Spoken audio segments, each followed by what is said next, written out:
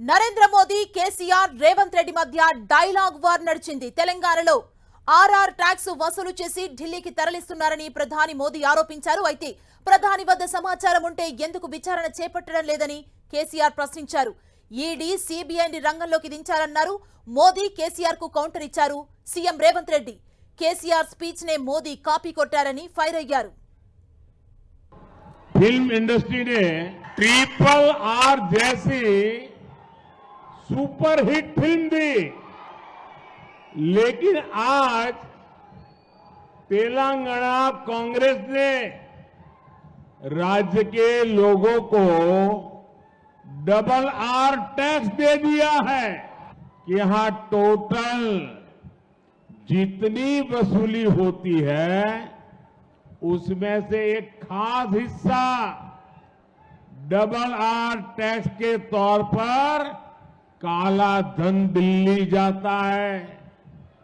मुझे पता है आप सब ये RRR टैक्स से बहुत ही त्रस्त है। मुझे ज्यादा विस्तार में जाने की जरूरत नहीं है, आप समझ गए होंगे ये RRR कौन है। నరేంద్ర మోడీ మన తెలంగాణకు వచ్చిండు.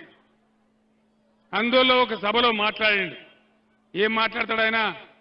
రేవంత్ రెడ్డి ఈ రాష్ట్ర ముఖ్యమంత్రి ఆర్ ట్యాక్స్ వసూలు చేస్తా ఉన్నాడు అని నరేంద్ర మోడీ మాట్లాడుతూ ఉన్నాడు. అది నిజమే అయితే మీరిద్దరు మిలాఖత్ కాకపోతే మరి వెంటనే ముఖ్యమంత్రి మీద ఎంక్వైరీకి ఆదేశం చేయి, వెంటనే ఈడీని దించు, ఐటీని దించు, ఎక్కడెక్కడ దొంగతనం జరుగుతుందో పట్టుకో.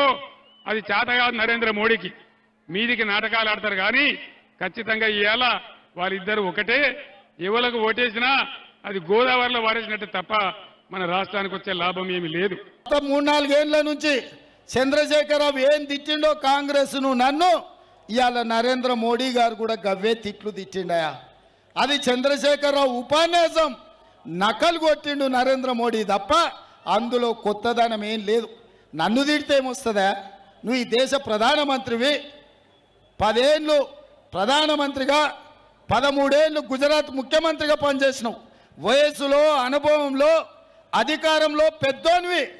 ఓ రాష్ట్రానికి ఓ పిల్లగాడు, ఒక యువకుడు ముఖ్యమంత్రి ఉంటే నువ్వు పెద్ద మనిషి చేసుకొని 4 సూచనలు చేయాలి, 10 సలహాలు ఇవ్వాలి, 10 రూపాయలు ఈ రాష్ట్రానికి బడ్జెట్ ఇచ్చి మన మూసీ రివర్ డెవలప్మెంట్ ఫండ్ కోసం ఓ 20,000 కోట్ల రూపాయలు ఇచ్చి ఉండాల్సింది. ఏదన్నా హైదరాబాద్, విజయవాడ బుల్లెట్ ట్రైన్ అన్న ప్రకటిస్తాడు అనుకున్నా. ఏమి ఇవ్వలేదా?